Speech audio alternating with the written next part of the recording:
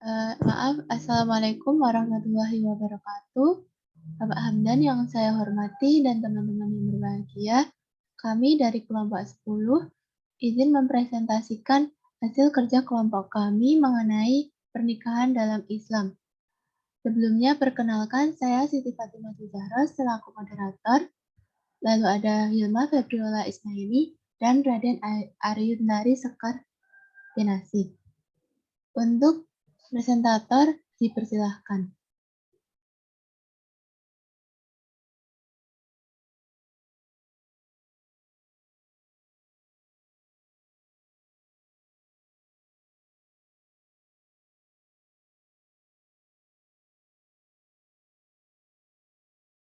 Mengenai pengertian pernikahan. Pernikahan adalah terjemahan dari kata nakaha dan zawaja. Secara etimologi, nikah berasal dari akar kata bahasa Arab nakaha yang dihun nikahan bisa diartikan mati atau jima yang berarti mengumpulkan atau berkumpul atau persetubuhan. Sedangkan kata zawaja secara istilah berarti pasangan. Pemaknaan ini memberikan kesan bahwa antara suami istri saling melengkapi, saling memberi, dan saling menerima kekurangan dan kelebihan masing-masing. Dengan demikian, secara terminologi, perkawinan berarti berkumpulnya dua insan yang semula terpisah dan berdiri sendiri menjadi satu kesatuan yang utuh dan bermitra. Kelompok mazhab Maliki dan Hanafi mendefinisikan pernikahan sebagai ungkapan akad yang mengandung ketentuan hukum untuk membolehkan suami bersetubuh dengan wanita yang dinikahinya. Pengertian dalam pandangan ulama klasik masih mengesankan bahwa pernikahan hanyalah akad kebolehan bersenggama dari yang haram menjadi halal. Seiring dengan bermunculnya masalah yang kompleks dalam pernikahan itu sendiri, maka definisi pernikahan berikutnya memuat tujuan, fungsi, hak, serta kewajiban suami istri yang memerlukan kepastian hukum. Definisi perkawinan menurut pasal 1 UU nomor 1 tahun 1974 tentang perkawinan kita sebagai suami istri dengan tujuan membentuk keluarga yang bahagia dan kekal berdasarkan ketuhanan yang Maha Esa. Menurut KHI atau kompilasi hukum Islam pasal 2, perkawinan adalah akad yang sangat kuat atau mitsakon golidon untuk mentaati perintah Allah dan melaksanakannya adalah ibadah. Sedangkan Wahbah Zuhaili mendefinisikan nikah sebagai ikatan yang ditentukan oleh pembuat hukum syara yaitu Allah Subhanahu wa taala yang memungkinkan laki-laki untuk atau mendapat kesenangan seksual dari istri dan demikian juga bagi perempuan untuk mendapatkan kesenangan seksual dari suami. Selanjutnya, tujuan pernikahan. Berbagai macam pendapat tentang definisi pernikahan sudah dipahami. Dan sekarang diantaranya tujuan-tujuan pernikahan adalah satu, pemenuhan kebutuhan biologis. Dalam hal ini Allah berfirman, walazina hum lifurujihim hafidun illa ala aswajihim aw ma malakat aimanuhum fa innahum ghairu malumin, yang artinya dan orang-orang yang memelihara kemaluannya kecuali terhadap istri-istri mereka atau budak-budak yang mereka miliki, maka sesungguhnya mereka dalam hal ini tiada tercela. Surat Al-Ma'arij ayat 29 sampai 30. Tujuan selanjutnya yaitu memperoleh keturunan yang sah. Masyarakat diharapkan dapat menyelesaikan atau melestarikan kehidupan umat manusia sesuai ketentuan-ketentuan yang diatur oleh syariah. Dalam hal ini Allah Subhanahu wa taala berfirman, "Wallahu ja'ala lakum min anfusikum azwajan wa ja'ala lakum min azwajikum banina wa hafadatan wa razaqakum minat thayyibati afabil batili yu'minuna wa bini'matillahi hum yakfurun, yang artinya Allah menjadikan bagi kamu istri-istri dan dari jenis kamu sendiri dan menjadikan bagimu dari istri-istri kamu itu anak-anak dan cucu-cucu dan memberimu rezeki dari yang baik-baik. Maka mengapakah mereka beriman kepada yang batil dan mengingkari nikmat Allah? Surat An-Nahl ayat 72.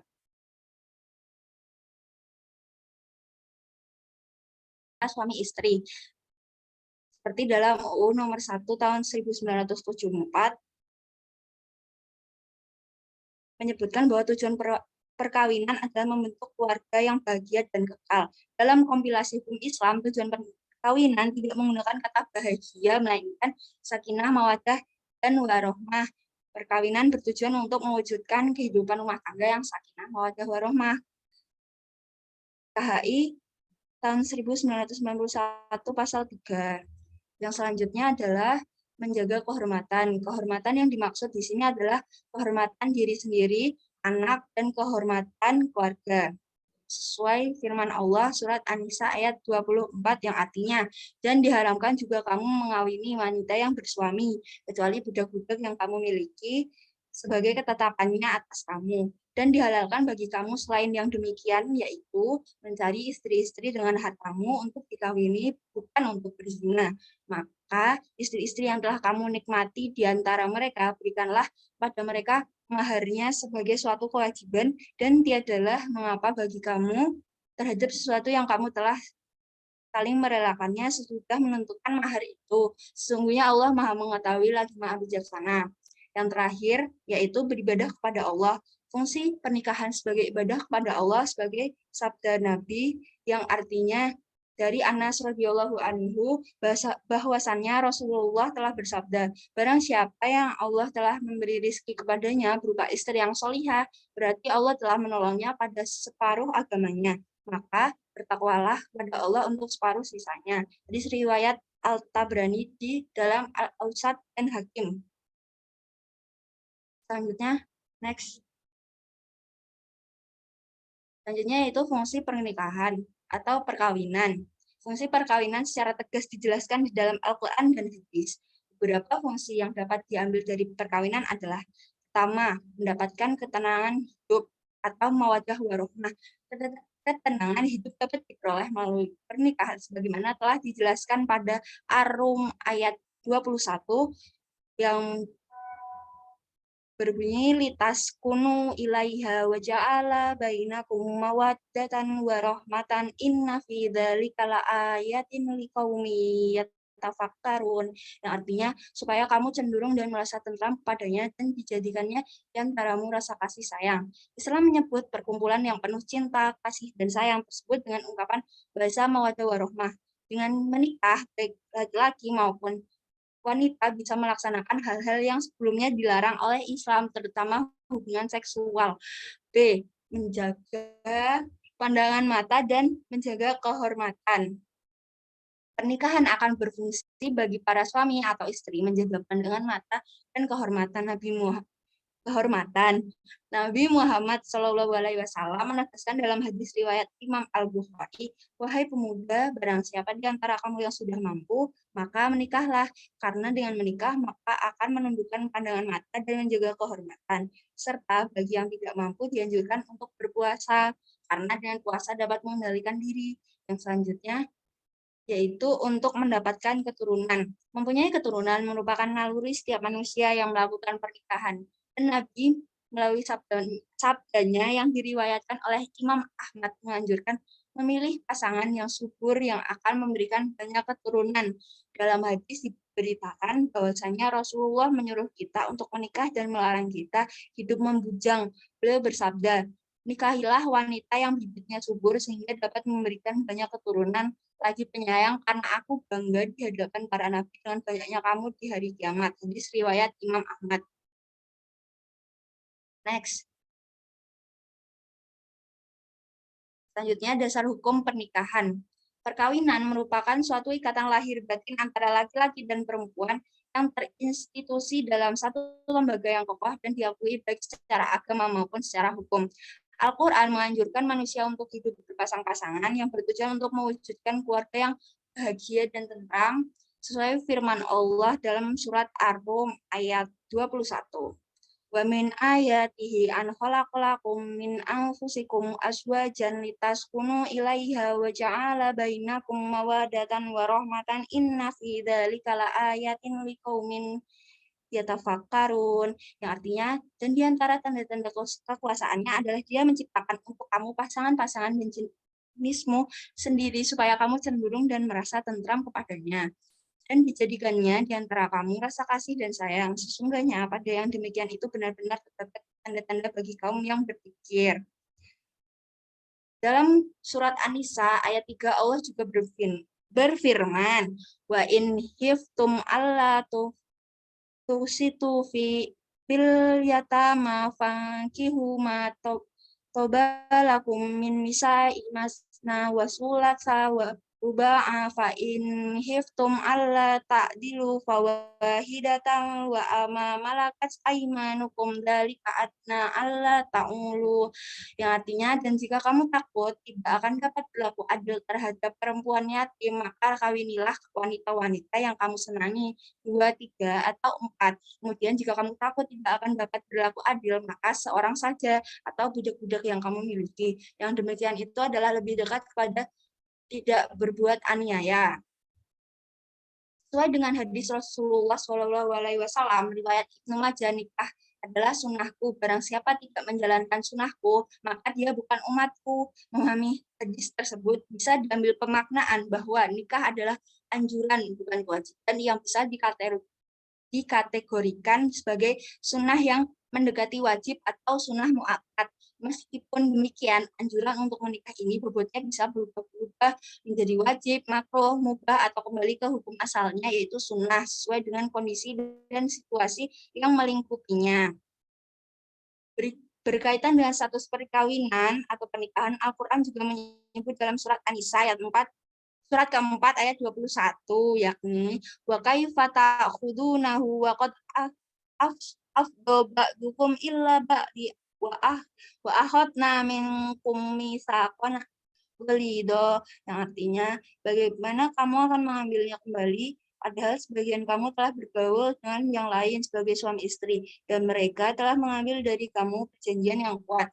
Ayat tersebut menjelaskan bahwa perkawinan sebagai mitsaqan ghalidhon, yang artinya sebuah ikatan yang kokoh. Ikatan tersebut mulai diakui setelah terucapnya sebuah perjanjian yang tertuang dalam bentuk ijab dan qabul. Bisa dipahami bahwa pernikahan merupakan sunatullah, sehingga dalam pelaksanaannya manusia tidak bisa menyalurkan hasrat dan keinginan seksualnya secara bebas tanpa mengikuti aturan-aturan yang berlaku. Dalam UU Perkawinan RI ditegaskan bahwa perkawinan berdasarkan ketuhanan yang Maha Esa. Selanjutnya adalah penjelasan bahwa perkawinan adalah sah apabila dilakukan menurut hukum masing-masing agama dan kepercayaan itu. Next. Berikut merupakan prinsip-prinsip pernikahan. Yang pertama, prinsip kebebasan memilih. Setiap orang mempunyai kebebasan memilih pasangannya selama tidak bertentangan dengan yang telah disyariatkan dalam Al-Quran. Hadis riwayat Abu Hurairah tentang menikahi perempuan karena hartanya, keturunannya, kecantikannya, dan agamanya. Yang kedua yaitu prinsip musyawarah dan demokrasi. Prinsip musyawarah artinya segala aspek dalam kehidupan rumah tangga harus diselesaikan dan diputuskan secara musyawarah antara suami istri. Sedangkan demokrasi artinya bahwa antara suami dan istri harus saling terbuka menerima pendapat pasangannya. Demikian juga dengan anak-anak dan keluarga besar bila diperlukan. Yang ketiga yaitu prinsip menghindari kekerasan. Prinsip dalam berumah tangga adalah menghindari adanya kekerasan, baik secara fisik maupun psikis. Prinsip interaksi dalam rumah tangga yang damai, tentram, sejahtera, dan penuh kasih sayang juga ditulis dalam surat An-Nisa ayat 19. Yang keempat, yaitu prinsip hubungan yang sejajar. Prinsip ini menegaskan bahwa suami dan istri mempunyai hubungan yang sejajar. Istri adalah mitra suami dan suami adalah mitra istri. Yang kelima, yaitu prinsip keadilan. Yang dimaksud keadilan adalah adil secara proporsional. Keadilan ini bisa dalam hal kesempatan untuk mengembangkan diri, kesempatan untuk mendapat pendidikan yang lebih tinggi, keadilan dalam berbagai peran dalam berumah tangga, adil dalam mengasuh anak tanpa membedakan jenis kelamin, dan lain-lain. Yang keenam yaitu prinsip mawaddah, mengosongkan hatinya dari kehendak buruk sebagaimana ditegaskan dalam surat Ar-Rum ayat 21. Yang selanjutnya adalah prinsip ramah, saling mendorong untuk bersungguh-sungguh dalam rangka memberikan kebaikan pada pasangannya, saling melengkapi, serta menolak segala hal yang mengganggu hubungan keduanya. Prinsip ini akan terwujud ketika masing-masing pasangan menaati seluruh aturan Allah dan Rasul-Nya. Yang kedelapan yaitu prinsip amanah atau tanggung jawab, yaitu prinsip ini harus menjadi bagian yang tidak terpisahkan dalam melaksanakan hubungan di antara suami dan istri dalam melaksanakan hak dan kewajiban keduanya. Yang terakhir yaitu prinsip muasyarah bil ma'ruf. Perkawinan menyatukan dua orang yang semula tidak memiliki keterkaitan hubungan keluarga. Kunci dari pencapaian tujuan berkeluarga dan terwujudnya prinsip-prinsip seperti yang sebelumnya adalah adanya hubungan yang dibina atas dasar kebaikan dan saling memahami yang biasa disebut muasyarah bil ma'ruf. Next.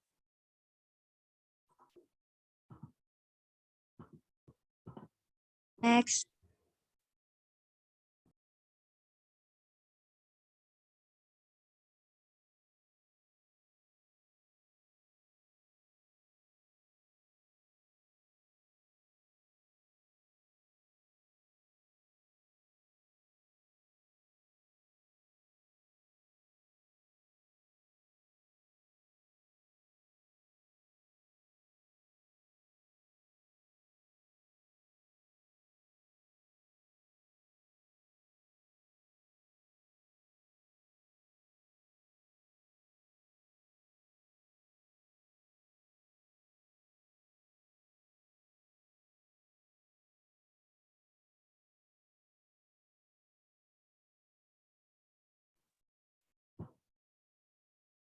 Baik, untuk yang selanjutnya,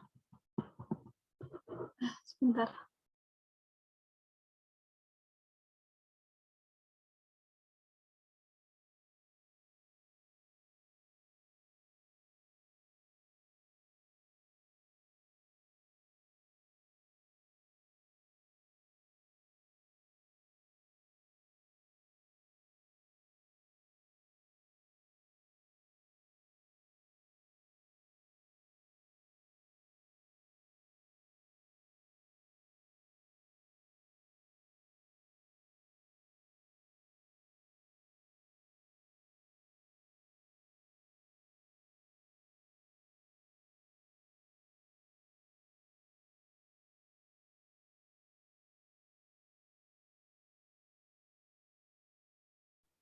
Baik, untuk yang selanjutnya yaitu rukun pernikahan. Berdasarkan Al-Quran dan hadis, para ulama menyimpulkan bahwa hal-hal yang termasuk rukun pernikahan adalah adanya calon suami, calon istri, wali nikah, dua orang saksi, ijab, dan kabul. Next. Syarat pernikahan, adapun syarat sahnya nikah menurut Wahab Zuhaili adalah yang pertama antara suami istri tidak ada hubungan nasab, yang kedua sihat ijab kabul tidak dibatasi waktu, adanya persaksian, tidak ada paksaan, adanya kejelasan calon suami istri, tidak sedang ihram, adanya mahar, tidak ada kesepakatan untuk menyembunyikan akad nikah salah satu calon mempelai, tidak sedang menderita penyakit kronis, dan adanya wali. Next. Lalu untuk faktor penghalang pernikahan, faktor penghalang terjadinya perkawinan ada dua macam. Yang pertama adalah penghalang selama-lamanya, yang kedua adalah penghalang sementara. Untuk penghalang selama-lamanya adalah yang pertama, antara suami istri masih memiliki hubungan nasab, yang kedua antara suami istri mempunyai hubungan sepersusuan, dan yang ketiga antara suami istri mempunyai hubungan semenda atau perkawinan. Next. Adapun larangan perkawinan yang bersifat sementara adalah yang pertama, calon istri masih menjalani ikatan perkawinan dengan seorang laki-laki. Seorang perempuan yang mempunyai ikatan perkawinan dengan seorang laki-laki tidak melakukan perkawinan dengan laki-laki lain.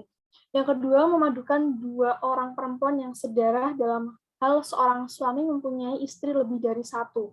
Yang ketiga, istri orang lain atau bekas istri orang lain yang sedang menjalani masa iddah. Wanita yang mengalami masa iddah atau masa tunggu setelah terputusnya hubungan perkawinan tidak diperbolehkan menikah lagi dengan laki-laki sampai habis masa tunggunya. Tujuan iddah adalah untuk membersihkan rahim perempuan dan memastikan bahwa tidak ada benih yang tertanam dari suami sebelumnya. Lalu untuk yang selanjutnya yaitu perempuan yang ditalak 3 kali atau dicerai secara li'an, bagi suami yang mentalak 3 kali istrinya atau bersumpah di depan hakim bahwa istrinya menyelewang dan kemudian menceraikannya atau li'an, tidak boleh menikahinya kembali sebelum perempuan tersebut dinikahi oleh laki-laki lain dalam perkawinan yang sah. Selanjutnya, kedua calon mempelai tidak sedang dalam keadaan ihram, haji, atau umroh. Jumhur ulama berpendapat bahwa seorang yang sedang ihram diharamkan melakukan perkawinan baik secara sendiri maupun diwakilkan. Lalu yang terakhir yaitu khusus untuk calon mempelai laki-laki tidak beristrikan lebih dari 4 orang. Next. Praktik pernikahan sebelum dan sesudah datangnya Islam. Next. Konsep wali dan mahar sebelum dan sesudah Islam. Yang pertama, wali adalah orang yang memiliki kuasa untuk melakukan tasharuf tanpa tergantung izin dari orang lain. Laki-laki sebagai kepala rumah tangga mempunyai hak utama dalam pengambilan keputusan wilayah keluarga atau perwalian. Pada masa pra-Islam, wali berhak menentukan jodoh untuk anaknya, di samping sebagai bentuk kuasa laki-laki atas perempuan. Konsep wali di kalangan Arab pra-Islam lebih terkesan sebagai peniadaan kebebasan dan hak bagi perempuan. Untuk yang kedua, mahar atau bisa disebut dengan nihlah atau sadukat atau pemberian adalah pemberian sebagai tanda kesungguhan cinta kasih yang diberikan oleh laki-laki kepada perempuan dan diberikan secara sukarela tidak mengharap imbalan. Jadi mahar bukan diperuntukkan sebagai harga seorang perempuan sebagaimana yang dipahami pada masa pra-Islam. Next. Praktik pernikahan sebelum dan sudah datangnya Islam. Perkawinan bangsa Arab pada masa pra-Islam masih kental sekali menampakkan nuansa patriarki dalam pengaturannya. Berbagai bentuk perkawinan yang ada lebih menempatkan perempuan sebagai objek yang harus tunduk dan mengikuti keinginan laki-laki atau suami daripada sebagai teman hidup yang bakal memberikan keturunan kepadanya. Perempuan tidak mempunyai hak dalam menentukan perkawinan. Yang menentukan perkawinannya adalah ayah, kakak laki-laki, keponakan laki-laki, atau saudara laki-lakinya yang lain dari pihak keluarga. Mereka tidak mempertimbangkan apakah perempuan tadi janda atau gadis, sudah tua atau masih di bawah umur. Yang terpenting adalah pernikahan dengan laki-laki pilihan mereka. Pihak perempuan itu sendiri harus menerima tanpa dimintai pertimbangan apalagi persetujuan. Lalu untuk prinsip-prinsip pernikahan untuk masa Islam saat ini, itu menunjukkan asas kesetaraan, tidak seperti masa pra-Islam yang sangat tidak menghargai kaum perempuan. Islam justru sangat menjunjung tinggi harkat dan martabat perempuan. Next. Untuk kontroversi pernikahan. Yang pertama ada poligami. Next. Poligami didefinisikan sebagai sistem perkawinan yang salah satu pihak memiliki atau mengawini beberapa lawan jenisnya dalam waktu yang bersamaan. Meskipun diperbolehkan dalam Islam, namun memunculkan kontroversi. Beberapa tidak sepakat karena poligami itu menimbulkan kemadaratan bagi keluarga, terutama bagi istri-istri dan anak-anaknya. Dampak-dampak negatif yang muncul menyebabkan tidak tercapainya tujuan pernikahan yang sakinah, mawadah, dan warohmah. Baik, untuk yang selanjutnya akan dilanjutkan oleh Mbak Siti. Baik, untuk selanjutnya adalah pernikahan siri. Pernikahan atau nikah siri adalah nikah yang disembunyikan, dirahasiakan, dan tidak diketahui oleh masyarakat luar. Pernikahan dalam konteks fikih tersebut memang tidak mensyaratkan adanya pencatatan. Adapun nikah siri dalam konteks yuridis di Indonesia adalah pernikahan secara syar'i dengan diketahui oleh orang banyak. Hanya saja tidak dicatatkan di kantor urusan agama atau KUA sehingga yang membedakan antara nikah siri dengan pernikahan resmi adalah adanya akta nikah sebagai bukti telah terjadinya pernikahan. Pernikahan siri yang meski sah secara syar'i, namun karena tidak mempunyai bukti tertulis berupa akta nikah, maka tetap ilegal secara hukum negara. Akibatnya tentu akan memunculkan banyak permasalahan di kemudian hari. Bila perkawinan tidak dicatatkan secara hukum, maka hal-hal yang berhubungan dengan akibat pernikahan tidak bisa diselesaikan secara hukum. Sebagai contoh, hak istri untuk mendapatkan nafkah lahir dan batin, akta kelahiran anak tidak bisa diurus, hak pengasuhan anak, hak pendidikan anak, hak waris istri, hak perwalian bagi anak perempuan yang akan menikah, dan masih banyak masalah lain. Masalah tersebut hanya akan membawa dampak negatif bagi kaum perempuan sebagai pihak yang dinikahi, sementara pihak laki-laki tidak terbebani tanggung jawab formal. Sesuai dengan ketentuan Islam bahwa syarat dan rukun pernikahan meliputi calon pengantin laki-laki dan calon pengantin perempuan, adanya wali nikah, 2 orang saksi, mahar, dan ijab kabul. Melihat kriteria rukun maupun persyaratan nikah, tidak ada penyebutan tentang pencatatan nikah. Keberadaan saksi dianggap telah memperkuat keabsahan suatu perkawinan. Di sisi lain, pada dasarnya Al-Quran menganjurkan mencatatkan tentang sesuatu yang berhubungan dengan akad. Namun, oleh mayoritas fuqaha, hal tersebut hanya dianggap sebagai anjuran, bukan kewajiban.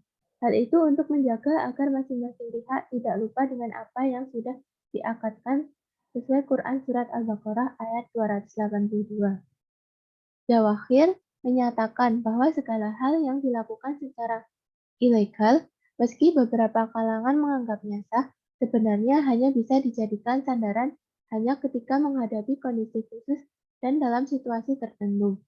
Adapun penyelesaian hukum yang berhubungan dengan hal tersebut tidak selalu dapat dilakukan melalui prosedur yang tepat dan benar. Imbas dari pernikahan ilegal tersebut adalah kaum perempuan yang berdiri tanpa status hukum dan tidak ada perlindungan hukum terhadapnya. Next.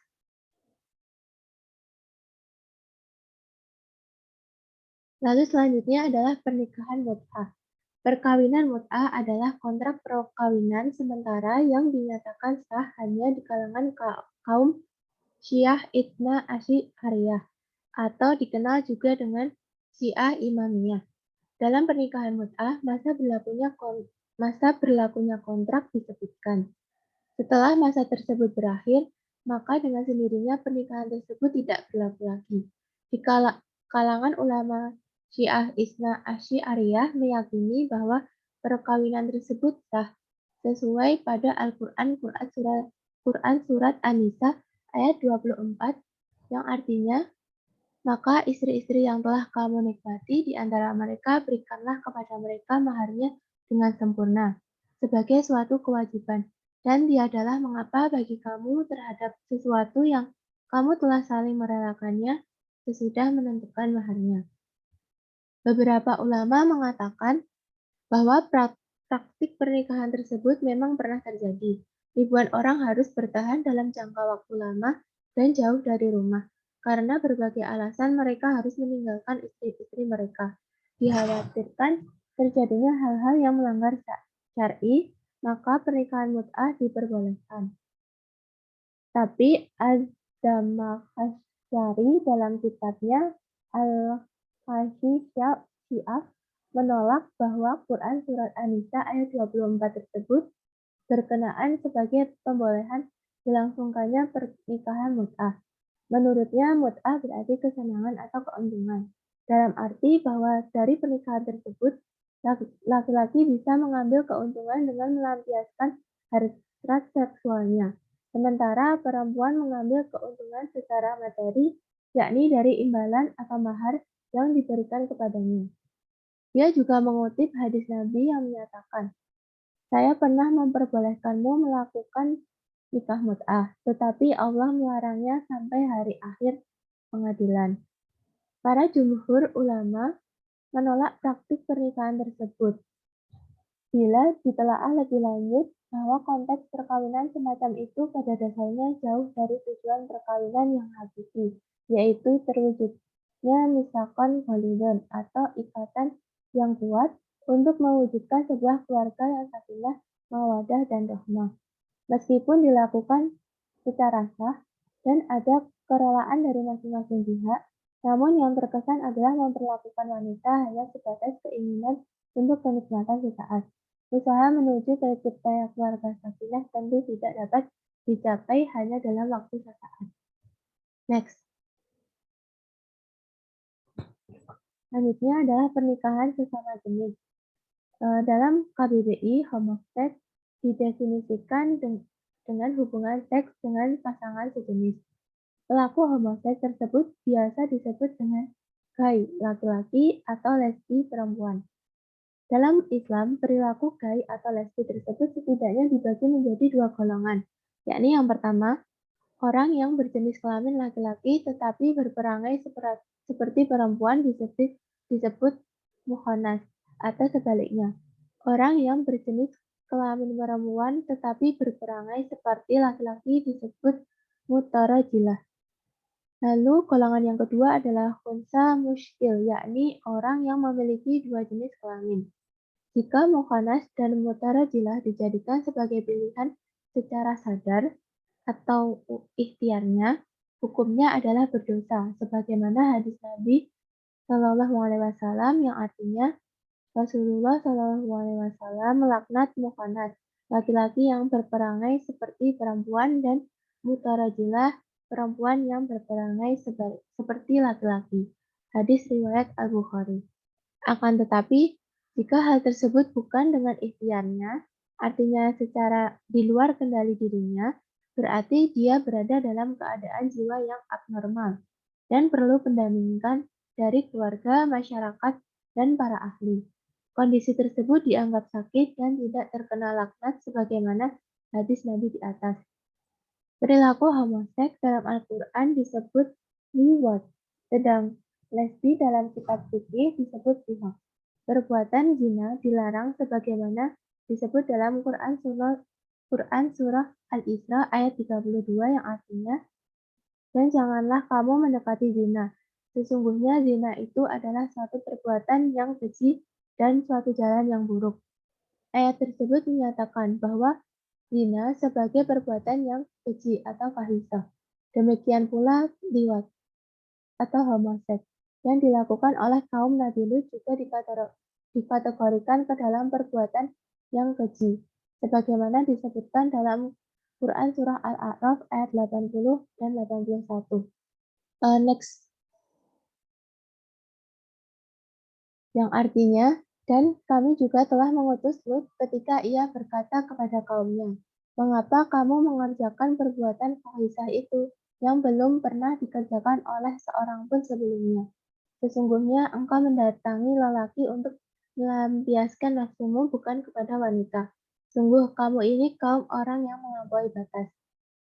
Mengenai lesbian, selain dikiaskan ayat di atas, juga didasarkan hadis riwayat Abu Ya'la yang dinyatakan perawi-perawinya kuat berbunyi, yang artinya melakukan sihak bagi wanita di antara mereka termasuk perbuatan zina. Lalu dalam riwayat At-Tabrani dengan lafaz yang sedikit berbeda ditegaskan, artinya perbuatan sihak atau lesbi antara wanita hukumnya zina di antara mereka. Dari pembahasan di atas dapat disimpulkan bahwa pernikahan sejenis yaitu pernikahan yang terjadi antara jenis kelamin laki-laki dengan laki-laki atau perempuan dengan perempuan adalah diharamkan.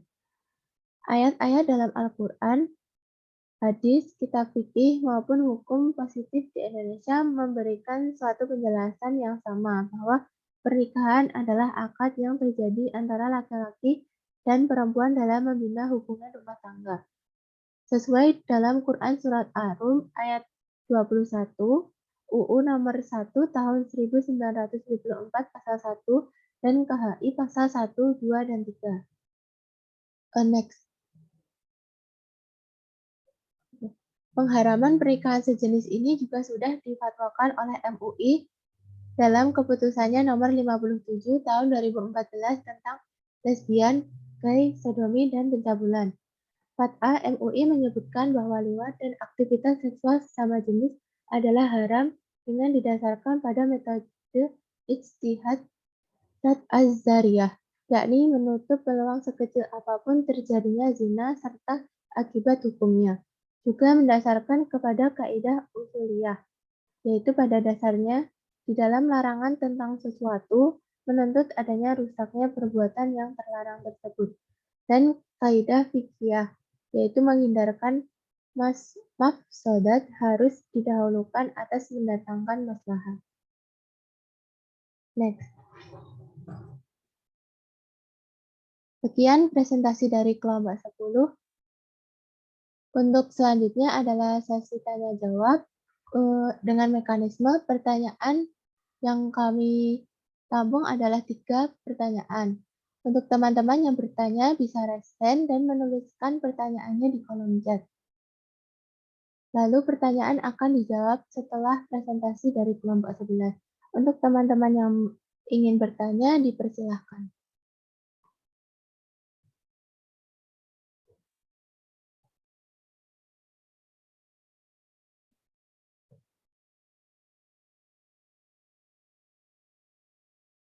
Untuk Cynthia Wahyu Fitriani dipersilakan.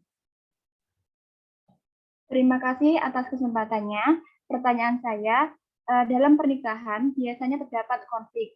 Lalu bagaimanakah langkah membangun hubungan rumah tangga yang sejahtera menurut ajaran Islam? Terima kasih. Baik, terima kasih atas pertanyaannya. Jangan lupa ditulis di kolom chat. Untuk pertanyaan yang kedua, untuk Mbak Anis Hasnawati dipersilahkan. Baik, terima kasih atas kesempatannya.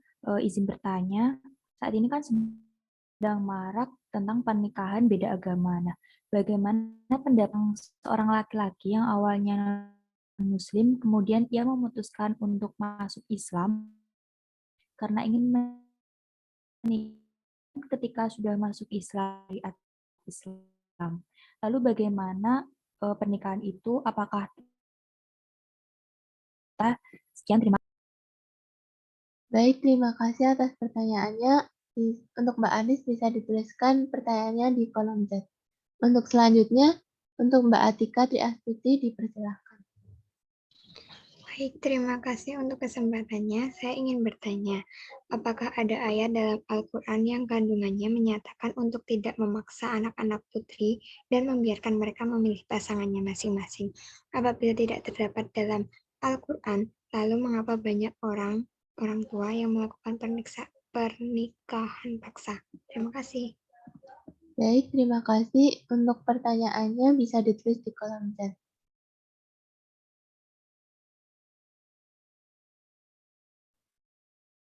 Untuk presentasi dari kelompok 10 saya akhiri, ada kurang lebihnya mohon maaf. Wassalamualaikum warahmatullahi wabarakatuh. Untuk selanjutnya saya kembalikan ke penanggung jawab.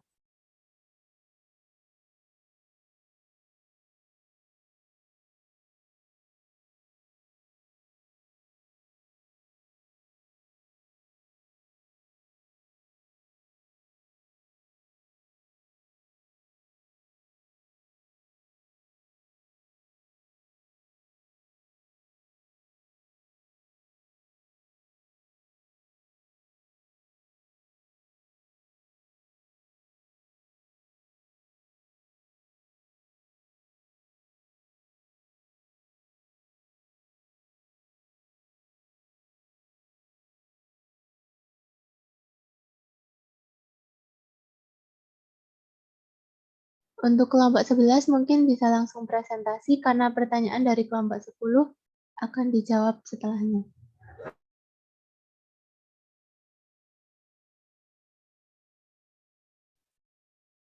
Baik teman-teman, selanjutnya kami dari kelompok 11 akan mempresentasikan materi yang berjudul Sistem Politik Islam dan Masyarakat Madani,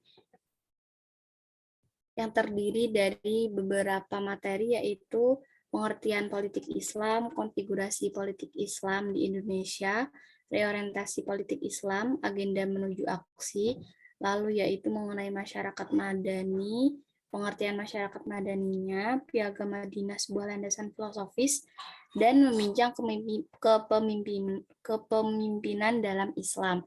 Nah, ini anggota dari kelompok 11 adalah saya sendiri, Sarla Nandita, kemudian teman saya Muhammad Ihsan dan Siti Arohmah. Yang pertama adalah politik Islam. Pengertian politik Islam sendiri adalah politik secara bahasa dalam bahasa Arab disebut asyiyasah, yang berarti mengelola, mengatur, memerintah, dan melarang sesuatu. Atau secara definisi ini juga bisa berarti prinsip-prinsip dan seni mengelola persoalan publik. Ensiklopedia ilmu politik. Nah, politik Islam ini adalah strategi melaksanakan dakwah Islam yang tepat dan mengenai sasaran yang dituju. Politik Islam adalah pemerintahan yang berbasis pada Islam itu sendiri, sebagaimana yang pernah diperjuangkan oleh Nabi, yaitu negara Madinah.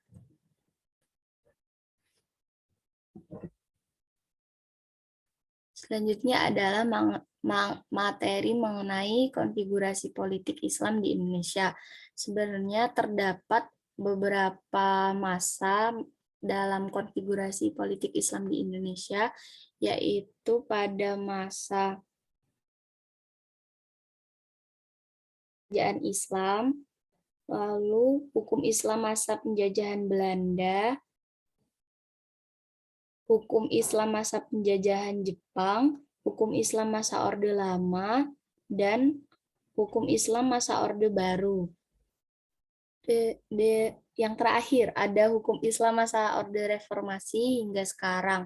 Dan yang pertama ini ada perkembangan hukum Islam di masa kerajaan Islam abad 17 sampai 19. Ini mengalami kejayaan, menjadi hukum yang hidup dan merupakan hukum positif di Nusantara. Hukum Islam di masa kerajaan Islam ini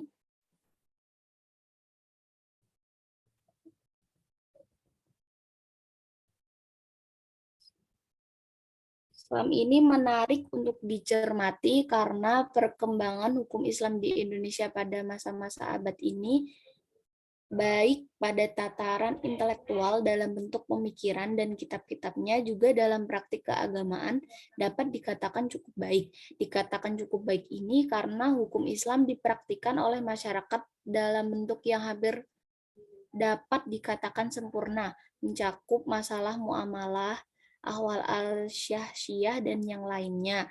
Nah, berdasarkan berdirinya kerajaan-kerajaan Islam ini, wewenang kekuasaan yang selama ini dijalankan oleh lembaga-lembaga tahkim dipindahkan dan diberikan kepada pengadilan.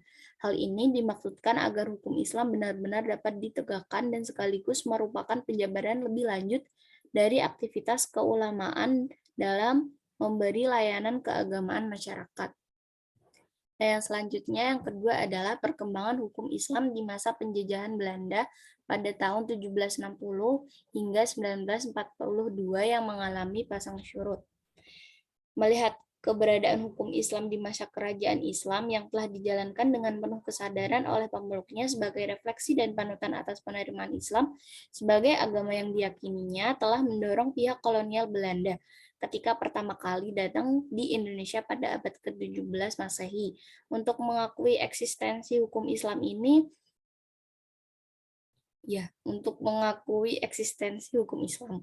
Bahkan telah cukup lama diam tidak ikut campur sama sekali. Belanda mulai mengeluarkan kebijakannya terhadap keberadaan hukum Islam melalui kantor dagang Belanda VOC ini tahun 1602 hingga 1880 Masehi. Nah, pada tanggal 20 Mei 1760 ini juga dikeluarkanlah resolusi dari Indice Regering yang berarti ketentuan diberlakukannya sekumpulan aturan hukum perkawinan dan hukum kewarisan menurut hukum Islam untuk dipergunakan pada pengadilan VOC bagi orang Indonesia. Nah, yang selanjutnya ada yang ketiga, perkembangan hukum Islam di masa penjajahan Jepang pada tahun 1942 hingga 1945. Nah, ini sebenarnya dikatakan tidak terlalu nampak. Namun, ada perubahan terlihat dari struktur kelembagaan peradilan agama Islam menjadi lembaga peradilan yang melayani semua golongan masyarakat.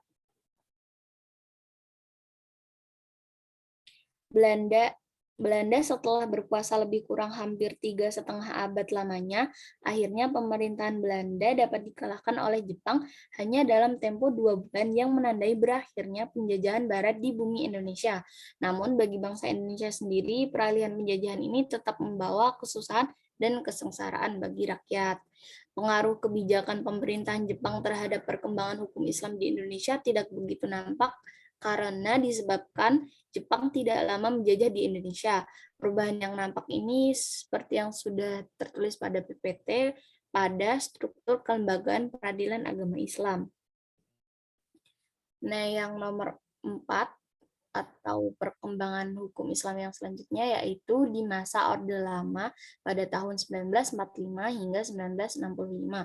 Awal kekuasaan Soekarno. Hukum Islam menjadi hukum positif dengan Piagam Jakarta yang ditandai dengan 7 kata dengan kewajiban menjalankan syariat Islam bagi pemeluknya.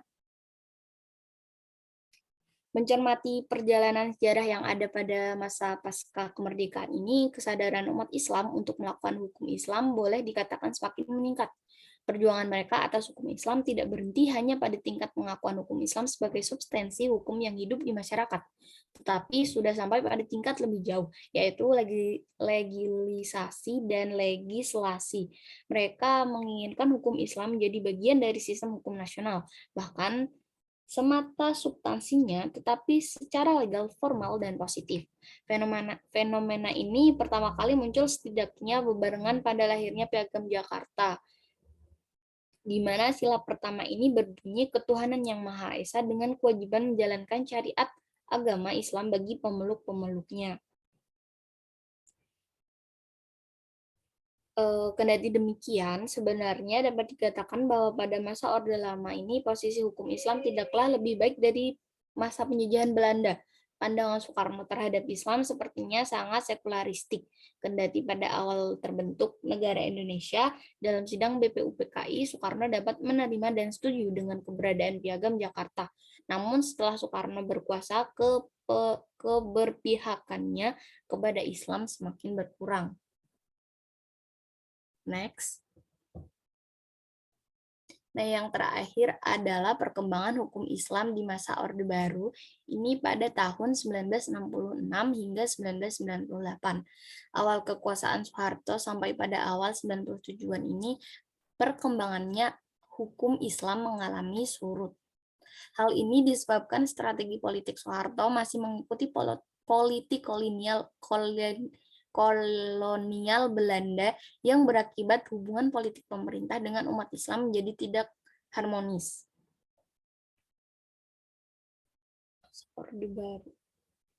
Ketika hubungan pemerintah dengan umat Islam mulai saling memahami posisi mereka masing-masing yang disebut dengan reciprocal kritis 1982 hingga 1985, ini yang ditandai dengan penerimaan asas tunggal Pancasila oleh ormas-ormas Islam. Pada akhirnya, sikap pemerintah mulai tampak mengakomodasi kepentingan umat Islam. Dan umat Islam sendiri muncul kesadaran bahwa kebijakan pemerintah tidak akan menjauhkan mereka dari ajaran agama atau sekuler terkait dengan perkembangan hukum Islam. Perlu menjadi catatan sejarah keberadaan Undang-Undang Nomor 7 Tahun 1989 tentang Peradilan Agama juga merupakan sebuah lembaga peradilan yang khusus diperuntukkan bagi umat manusia atau umat Islam. Selanjutnya. Baik, selanjutnya akan disampaikan oleh teman saya. Selanjutnya yaitu reorientasi politik Islam, agenda menuju aksi. Ada dua unsur strategis yang terkandung dalam tujuan politik yang perlu didefinisikan kembali. Yang pertama yaitu dari perspektif yang berorientasi nilai. Gagasan tentang tatanan politik yang egalitarian atau demokratis mencerminkan prinsip dasar politik Islam yang harus diterapkan, yaitu al-ad atau keadilan, al-musawah atau persamaan, syura atau musyawarah mufakat.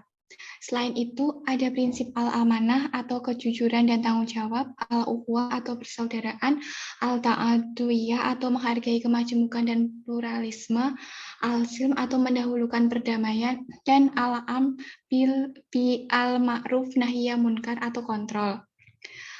Prinsip tersebut di atas selaras dengan perintah Allah sebagaimana yang ditegaskan dalam Al-Quran, yaitu prinsip keadilan dan amanah tertuang dalam Quran Surat An-Nisa ayat 58, menghargai kemajemukan atau pluralisme dan persamaan mengacu pada Quran Surat Al-Hujurat ayat 13, musyawarah mendasarkan pada Quran Surat Asy-Syura ayat 38 dan Al-Imran ayat 159, prinsip mengutamakan perdamaian sesuai dengan Quran Surat Al-Anfal ayat 61, serta prinsip menjalankan amar ma'ruf nahi munkar berdasar Quran Surat Al-Imran ayat 104.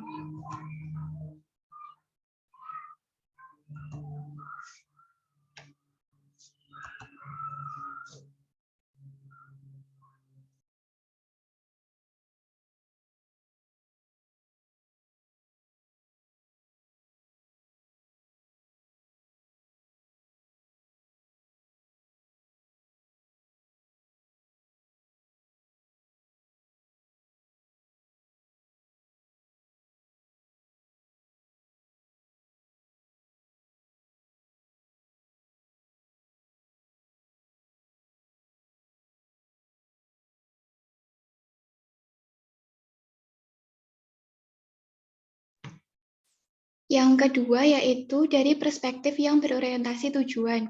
Dengan mengedepankan tujuan sosial politik semacam ini serta menolak gagasan negara Islam atau ideologi Islam, tokoh-tokoh generasi semacam ini serta menolak gagasan negara Islam atau ideologi Islam, tokoh-tokoh generasi semacam ini menolak gagasan tokoh-tokoh generasi baru intelektualisme Islam di atas telah mempermudah jalan bagi berlangsungnya integrasi di kalangan arus utama politik nasional dan karena itu setidaknya secara teoritis memperbesar peluang dan kesempatan bagi para partisipasinya untuk terlibat sepenuhnya dalam diskursus politik di Indonesia.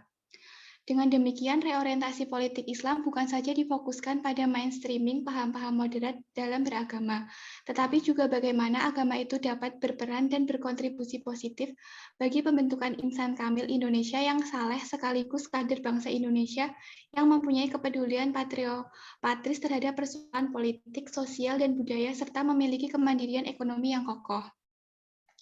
Upaya memisahkan gerakan politik Islam dan gerakan sosial kewargaan dalam upaya pemantapan demokrasi disadari atau tidak dapat memicu ketidakseimbangan transformasi sosial dan politik dan memberikan keleluasaan bagi elit oligarkis untuk menancapkan kepentingan politik, ekonomi, dan bisnisnya.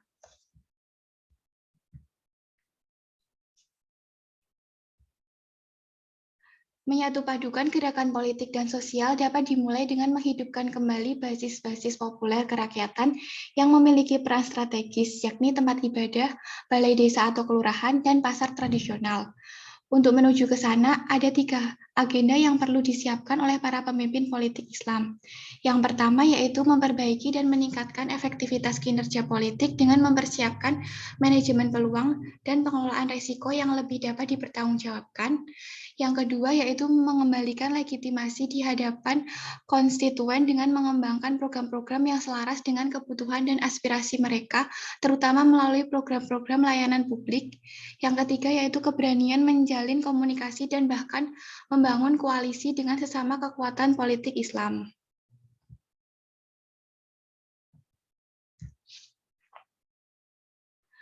Hal tersebut mengingat problem mendasar politik Islam adalah kesulitan untuk mewujudkan persatuan. Partai Islam rentan terhadap konflik. Guna mengurangi hal tersebut, ada beberapa strategi koalisi yang bisa ditempuh. Yang pertama yaitu koalisi ideologis, yaitu kesepakatan politik berbasis kesamaan idealisme dan berbasis konstituen. Yang kedua yaitu koalisi programatis, yaitu koalisi yang tidak lagi normatif, mencoba mencari titik temu aspirasi pemilih dari kalangan Islam, melainkan lebih kepada merumuskan program-program konkret yang akan menjawab persoalan yang secara bersama. Yang ketiga yaitu koalisi programatis, yaitu kerjasama politik secara ad hoc tanpa mengasumsikan kesamaan idealisme maupun program dan hanya fokus pada upaya untuk sama-sama bisa survive. Kekalahan-kekalahan politik yang dialami oleh pihak Islam dalam pergumulannya dengan kekuatan-kekuatan senjata kontemporer Indonesia barangkali cukup dapat dijadikan alasan untuk mencari format baru bagi keterlibatan Islam dalam membangun kehidupan bangsa Indonesia yang sehat lahir dan batin. Kecerdasan umat dalam membaca gejolak politik dan berpolitik menjadi keniscayaan. Umat senantiasa dituntut untuk melakukan ijtihad di ladang politik. Politik bukanlah hal yang kotor. Ia perlu menjadi wilayah gerak umat Islam dalam menentukan masa depan bangsa. Kelapangan dan kejernihan berpolitik pun tampaknya perlu menjadi agenda. Umat Islam selayaknya mau bersatu dan menjalin kerjasama dalam proses politik. Dalam peta politik Islam kontemporer, terutama pasca reformasi, kontestasi antara kelompok Islam politik dan politik Islam atau antara Islam formalis dan Islam substantif terus terjadi dan berjalan secara dinamis. Kelompok ini banyak beraktivitas dalam organisasi seperti Majelis Mujahidin Indonesia, Laskar Jihad, HTI, dan kelompok Tarbiyah yang banyak berinduk dalam PKS atau Partai Keadilan Sejahtera. Di sisi lain, kelompok politik Islam substantif cenderung menyerukan pemahaman dan aspirasi politik Islam yang lebih moderat. Kelompok ini dalam banyak hal direpresentasikan oleh organisasi Islam moderat seperti Muhammadiyah dan NU. Jadi aspirasi politik Islam tidak identik dengan partai Islam atau Islam politik saja. Selanjutnya yaitu masyarakat madani. Pengertian masyarakat madani. Masyarakat madani seringkali diartikan sebagai masyarakat sipil madani, juga dapat diterjemahkan sebagai kota atau polis. Masyarakat madani pun bersinonim dengan kata civil society, masyarakat warga, masyarakat kewargaan, masyarakat sipil, masyarakat beradab, dan masyarakat berbudaya. Nurcholish Madjid mencatat beberapa ciri mendasar dalam masyarakat madani, yaitu egalitarisme, penghargaan kepada orang berdasar prestasi, keterbukaan partisipasi seluruh anggota masyarakat aktif, penegakan hukum dan keadilan, toleransi dan pluralisme, serta musyawarah. Masyarakat madani juga dapat diartikan sebagai tatanan komunitas beradab yang melakukan serangkaian aktivitas berdasarkan aturan-aturan yang telah disepakati. Selanjutnya akan dijelaskan oleh teman saya. Piagam Madinah sebuah landasan filosofis. Piagam Madinah adalah penjabaran prinsip-prinsip masyarakat yang diajarkan Al-Quran, sekalipun pada waktu itu wahyu belum rampung diturunkan. Dengan kata lain, Piagam Madinah adalah pembumian ajaran Al-Quran dalam bidang sosiokultural dan sosiopolitik agar ia bergumul dengan darah dan daging sejarah. Piagam ini mempunyai tujuan strategis bagi terciptanya keserasian politik dengan mengembangkan toleransi sosio-religius dan budaya seluas-luasnya. Tujuan ideal yang hendak dicapai ialah terciptanya suatu tata sosiopolitik yang ditegakkan di atas landasan moral iman, tapi dengan menjadi hak kebebasan setiap golongan untuk mengembangkan pola-pola budaya yang mereka pilih sesuai dengan keyakinan mereka. Piagam Madinah dapat juga dijadikan acuan sebuah bangsa dapat mengalami kehancuran bila toleransi sosial, agama, dan budaya tidak mantap. Salah satu nilai historis Piagam Madinah adalah memantapkan bangunan toleransi itu. Toleransi menjadi mantra utama dalam membangun sebuah peradaban. Melalui toleransi, umat diajarkan untuk menghargai kehidupan orang lain yang mungkin berbeda dengan keseharian kita. Next.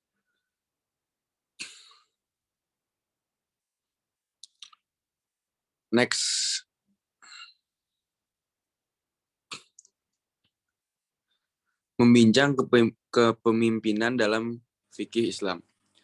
Bangunan keadaban masyarakat Madinah juga ditopang oleh prinsip keadilan.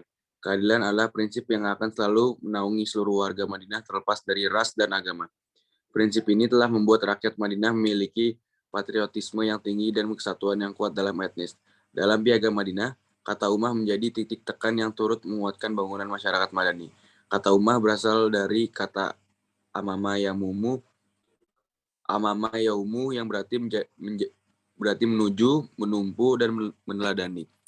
Dalam proyek meritokrasi sebagai prasyarat masyarakat Madani, kepemimpinan bukan didasarkan pada agama yang dianut, namun berdasarkan kapasitas dan kapabilitas yang dimiliki. Hal ini setidaknya dapat dirujuk dari dua ulama besar, Al-Mawardi dan Ibnu Taimiyah, dalam merumuskan kepemimpinan dalam Islam. Next. Al-Mawardi menyebutkan bahwa syarat seorang pemimpin adalah 1. Memiliki sikap adil dengan segala persyaratannya. 2. Memiliki ilmu pengetahuan yang dapat mengantarkan pada ijtihad. 3. Memiliki pendengaran, penglihatan, dan lisan yang sehat. 4. Memiliki anggota tubuh yang utuh. 5. Memiliki deposit wawasan yang mencukupi untuk mengolah kehidupan rakyat dan kepentingan umum. 6. Memiliki keberanian untuk melindungi rakyat dan melawan musuh. 7. Berasal dari keturunan Quraisy. Senada dengan Al-Mawardi, Ibnu Taimiyah menegaskan bahwa syarat seorang pemimpin itu ada 2. 1. Orang yang kuat. 2. Orang yang amanah. Pada akhirnya, perbincangan mengenai masyarakat Madani pada dasarnya adalah sikap keterbukaan dan penerimaan terhadap kelompok lain dalam membangun tatanan masyarakat berbudaya dan beradab. Kondisi sosial itu menjadi indikator terbangunnya relasi simbolik dan substansial penghargaan terhadap kemanusiaan atau humanity.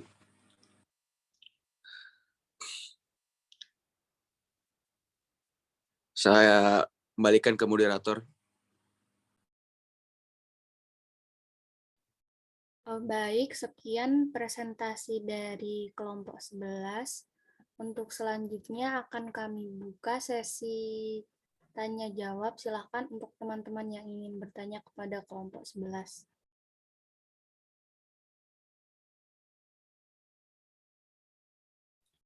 Baik, sepertinya sudah ada beberapa penanya. Yang pertama adalah Marfuah Indah Setianingsih, dipersilahkan untuk menyampaikan pertanyaannya. Baik, terima kasih atas waktu yang telah diberikan. Izin bertanya. Dalam PPT dijelaskan bahwa pada perkembangan hukum Islam di masa penjajahan Belanda mengalami pasang surut. Apa sebab terjadinya hal tersebut dan bagaimana dampak dari pasang surutnya perkembangan hukum Islam pada masa itu? Sekian, terima kasih. Baik, terima kasih kepada Marfuah yang telah menyampaikan pertanyaannya. Selanjutnya adalah Siti Nurrohmatun. Dipersilahkan. Baik, terima kasih atas kesempatannya. Saya izin bertanya, apa saja yang menjadi syarat terbentuknya masyarakat madani? Terima kasih. Baik, terima kasih juga kepada Mbak Siti yang sudah menyampaikan pertanyaannya. Selanjutnya adalah Mbak Alfinsa, silahkan. Izin bertanya, dikatakan bahwa seorang pemimpin harus memiliki keberanian untuk melindungi rakyat dan melawan musuh. Namun, banyak pemimpin yang melalaikan tugasnya dengan memanfaatkan kelemahan psikologis rakyat. Pertanyaan saya, tindakan seperti apa yang harus dilakukan rakyat untuk menghadapi pemimpin yang buruk itu, dan bagaimana caranya agar pemimpin tidak melalaikan tugas mereka? Terima kasih. Baik, terima kasih atas pertanyaannya. Mungkin dari kelompok 11 akan mendiskusikan untuk jawabannya, dan dipersilahkan untuk kelompok 10 mungkin untuk menjawab pertanyaan yang sudah disampaikan sebelumnya. Terima kasih. Baik, terima kasih. Saya izin menjawab. Saya dari kelompok 10 izin menjawab untuk pertanyaan dari Cynthia Wahyu Fitriani mengenai bagaimana langkah membangun rumah tangga yang sejahtera menurut Islam. Rumah tangga yang sejahtera menurut Islam adalah rumah tangga yang sakinah, mawaddah, dan warahmah. Nah, langkah-langkah yang bisa ditempuh yang pertama, memperkuat hubungan dengan Allah Subhanahu wa Ta'ala. Pasangan yang saling mencintai karena Allah juga akan semakin membuat rumah tangga bahagia dan harmonis. Karena hubungan yang baik dengan Allah akan mempengaruhi hubungan yang baik juga dengan pasangan. Lalu langkah yang kedua, saling menjaga ibadah.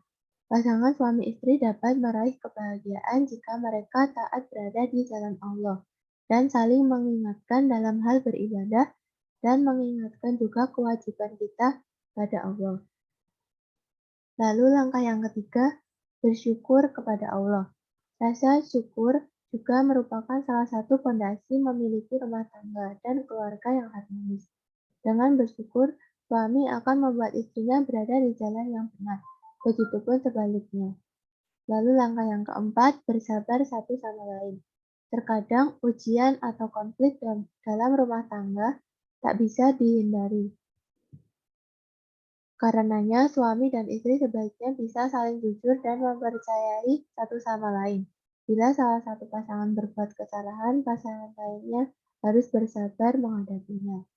Lalu langkah yang kelima adalah maafkan kesalahan mereka atau saling memaafkan. Hal ini sesuai dengan Quran Surat An-Nur ayat 22 yang artinya, siapapun yang memaafkan dan membuat rekonsiliasi, hadiahnya adalah dari Allah. Lalu langkah selanjutnya bisa ditempuh dengan tidak mudah marah, sesuai dengan hadis riwayat Ahmad yang berbunyi, orang yang kuat bukanlah orang yang dapat mengalahkan orang lain dalam kulat. Sebaliknya, pria yang kuat adalah orang yang mengendalikan dirinya ketika dia marah. Lalu langkah yang selanjutnya bisa dengan mengetahui masing-masing tugas seorang suami dan seorang istri, dan juga menghabiskan waktu berkualitas bersama keluarga. Untuk Mbak Cynthia, apakah sudah menjawab? Baik, sudah. Terima kasih, Fatim. Sama-sama.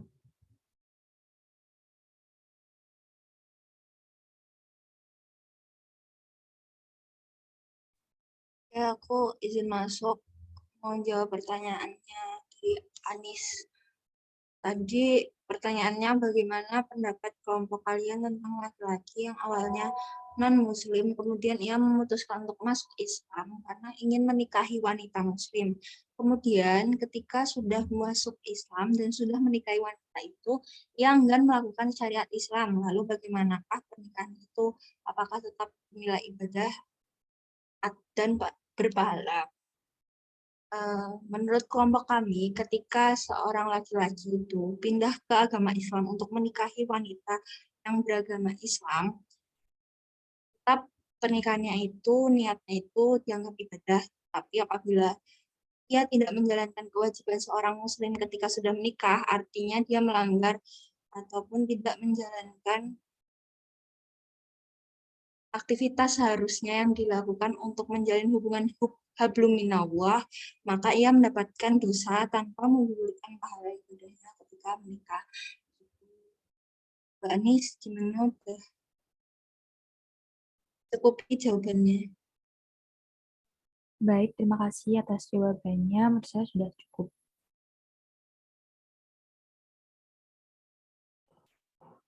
Izin menjawab pertanyaannya Atika.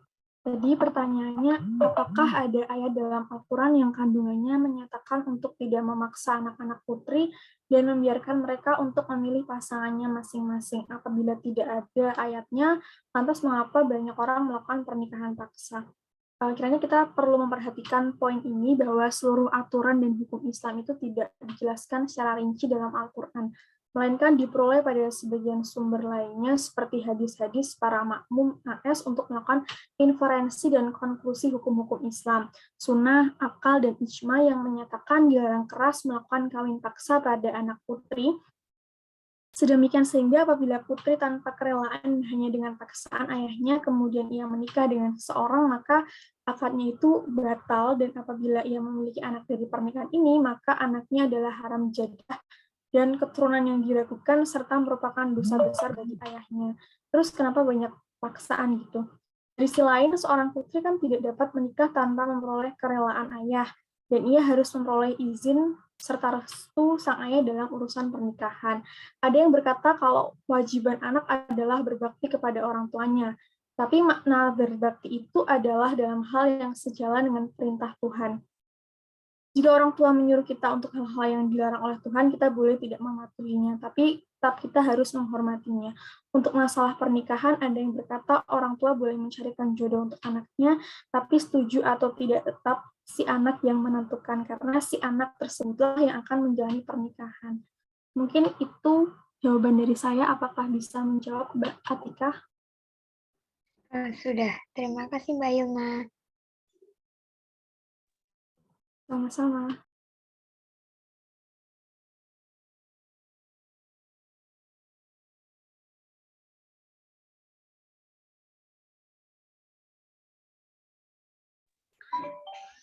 Izin menjawab untuk pertanyaannya Mbak Siti Nurrohmatun mengenai jelaskan apa saja yang menjadi syarat-syarat terbentuknya masyarakat madani. Jadi terdapat 10 syarat terbentuknya masyarakat madani. Yang pertama yaitu tidak adanya dominasi kekuasaan pemerintah atas masyarakat. Yang kedua yaitu masyarakat memiliki ruang publik yang bebas sebagai sarana untuk mengemukakan pendapat. Yang ketiga yaitu pemenuhan kebutuhan dasar setiap individu, keluarga, dan kelompok dalam masyarakat. Yang keempat yaitu setiap masyarakat harus menerima setiap perbedaan sosial, suku, ras, agama, dan lain-lain. Yang kelima yaitu setiap masyarakat yang berkemampuan diberikan hak dan kesempatan.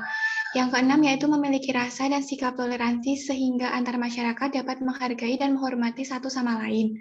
Yang ketujuh yaitu sistem pemerintahannya yang melingkup lembaga hukum, ekonomi, dan sosial. Yang kedelapan yaitu hubungan antara masyarakat berjalan dengan teratur dan terbuka. Yang kesembilan yaitu hilangkan sikap diskriminasi dalam setiap bidang dan aspek kemasyarakatan. Yang kesepuluh yaitu tersedianya sistem pendidikan yang berjalan dengan baik. Bagaimana Mbak Siti Nurrohmatun, apakah sudah bisa menjawab? Baik, sudah bisa menjawab. Terima kasih atas jawabannya, Mbak Arum. Sama-sama. Baik, selanjutnya saya Sarlana Mita akan menjawab pertanyaan dari Alvinsa Pamukasari. Pertanyaannya adalah, Dikatakan bahwa seorang pemimpin harus memiliki keberanian untuk melindungi rakyat dan melawan musuh. Namun banyak pemimpin yang melalaikan tugasnya dengan memanfaatkan kelemahan psikologis rakyat dan manipulasinya untuk keuntungan mereka. Tindakan seperti apa yang harus dilakukan rakyat untuk menghadapi pemimpin yang buruk itu, dan bagaimana caranya agar pemimpin tidak melalaikan tugas mereka? Yang pertama, tindakan seperti apa yang harus dilakukan rakyat untuk menghadapi pemimpin yang buruk itu adalah dengan beberapa cara. Yang pertama ini, jangan sendirian. Maksud dari jangan sendirian ini adalah pemimpin yang buruk kemungkinan besar menangani sebagian besar organisasi. Kalau dihadapi sendirian memang terlihat hebat, tapi bersiaplah menghadapi kemandepan secara profesi atau sosial. Karena ada penulis yang memperingatkan juga bahwa kalau kamu mencoba bersuara tanpa dukungan orang lain di dalam organisasi, seringkali kamu malah didepak. Nah, yang kedua ini mungkin bisa menuntut pertanggungjawaban.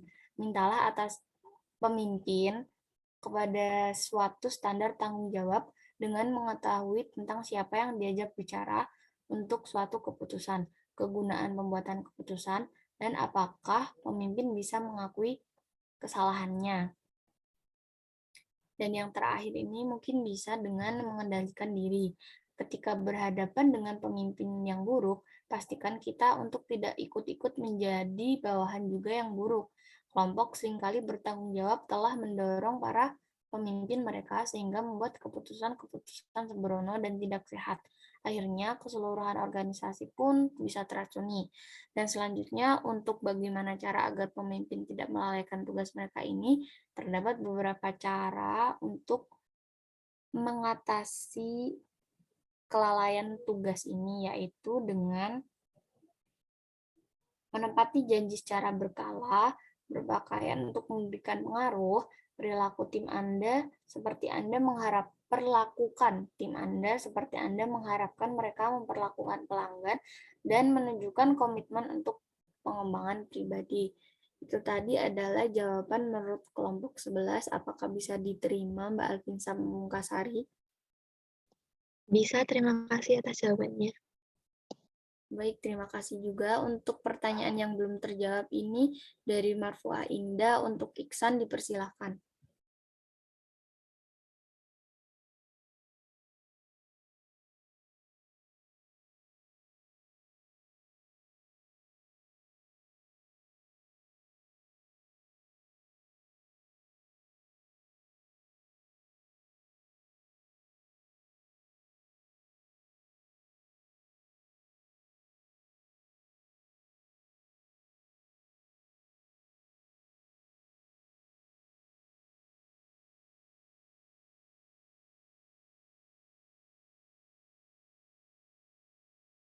Seperti dijelaskan bahwa pada perkembangan hukum Islam di masa penjajahan Belanda mengalami pasang surut. Apa sebab terjadinya hal tersebut dan bagaimana dampak dari pasang surutnya perkembangan hukum Islam pada masa itu? Jawabannya yaitu seiring adanya perubahan orientasi politik yang cukup signifikan, Belanda mulai melakukan penyempitan bagi ruang gerak dan perkembangan hukum Islam. Fenomena ini juga bisa dianggap sebagai upaya untuk mengeliminasi perkembangan legislasi hukum Islam di Indonesia yang tanpa didasari ternyata semakin mengkokohkan eksistensi Belanda sendiri. Setidaknya perubahan sikap Belanda dapat dilihat dari 3 sisi, yaitu pertama menguasai Indonesia sebagai wilayah yang memiliki sumber daya alam yang cukup kaya, kedua menghilangkan pengaruh Islam dari sebagian besar orang Indonesia dengan proyek kristenisasi, ketiga keinginan Belanda untuk menerapkan apa yang disebut dengan politik hukum yang sadar terhadap Indonesia. 32 perubahan orientasi politik telah mengantarkan satu posisi krisis bagi hukum Islam, dalam arti bahwa keberadaannya dianggap tidak lagi menguntungkan bagi kepentingan politik kolonial Belanda. Mereka menyadari bahwa jika hukum Islam dibiarkan terus berkembang dan dianut oleh masyarakat luas, akan menghambat ekspansi dan juga sosialisasi dakwah agama mereka. Melalui ide ini yang dikemas dalam konsep Het Indisch Aderrecht dengan tokoh intelektualnya Christian Stockhorst yang selanjutnya dikembangkan secara ilmiah oleh C. van Vollenhoven dan Terahar BZN yang kemudian dikenal dengan teori reseptivity. Pemerintah Belanda melakukan upaya penyempitan terhadap keberlakuan hukum Islam. Menurut teori ini, hukum yang berlaku bagi umat Islam adalah hukum adat mereka masing-masing. Hukum Islam dapat berlaku bagi umat Islam apabila telah diresepsi oleh hukum adat. Hukum adatlah yang menentukan ada tidaknya hukum Islam. 33 teori ini muncul karena Hort khawatir karena terhadap pengaruh pan-Islamisme yang dipelopori Jamaluddin Al-Afghani di Indonesia. Jika umat Islam mengamalkan ajaran agamanya, terutama sistem hukumnya secara menyeluruh, umat Islam akan menjadi kuat dan sulit dipengaruhi atau dijajah oleh Belanda. Secara umum, strategi politik didasarkan pada 3 prinsip utama. Pertama, dalam semua masalah ritual keagamaan atau aspek ibadah dari Islam, rakyat Indonesia harus dibiarkan bebas menjalankannya. Hal ini membiarkan munculnya keyakinan bahwa pemerintah Belanda tidak ikut campur tangan dalam masalah keimanan. Ini merupakan wilayah yang peka bagi kaum muslimin karena termasuk hal yang sensitif keagamaan. Dengan demikian, pemerintah Belanda akan berhasil merebut hati banyak kaum muslimin supaya tidak melakukan perlawanan terhadap pemerintah Belanda. Terima kasih. Oh, baik, sekian kalau dari kelompok 11 telah selesai untuk sesi tanya jawabnya, mungkin bisa saya serahkan kepada Islamita.